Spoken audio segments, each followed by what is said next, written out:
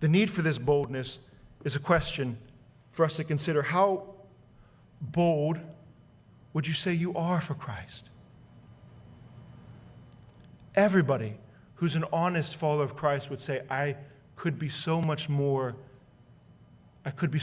faithful to walking and speaking what I profess. Absolutely. And so the question is, how do you build that kind of boldness? Here's what we have in Ephesians. Being bold, but not brash.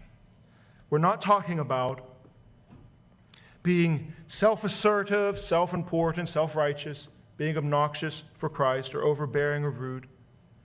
What Paul says to the Ephesians in chapter 4 is he says, you are to speak the truth in love. That you say without uncompromising authority in Jesus what exactly is the truth, and you wrap it in the most sweetest sugar that you can find. That when you communicate Christ, it is communicated in such a way that they could, if they were to deny your Christ, they could not deny that you love them. If they were to deny your Christ, they could not deny that you intend good for them. Speaking the truth in love. So where does this boldness come from? Here enters the Holy Spirit. The source of this boldness is the seal. That's what Paul calls it, the seal of the Holy Spirit.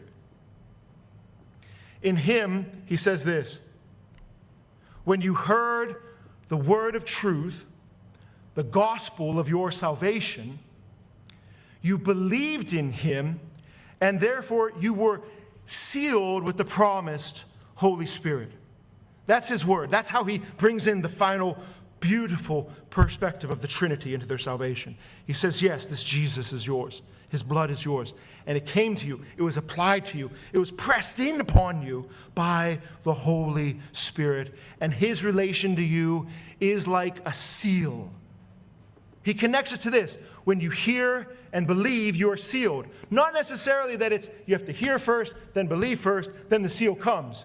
Most likely what is meant here is this, that in hearing and believing you're sealed, that it's all one event, that when the Holy Spirit comes, he opens your eyes, he quickens your ears, you hear the gospel that you might have heard before, but now you hear with the hearing of faith, and you appropriate it. It enters into you, your very identity, and it changes your intellect, will, and emotions, and cauterizes and shapes them and presses in upon them, so much so that Paul's language for such an experience, Paul's language for such an encounter with the living God is likened to a seal.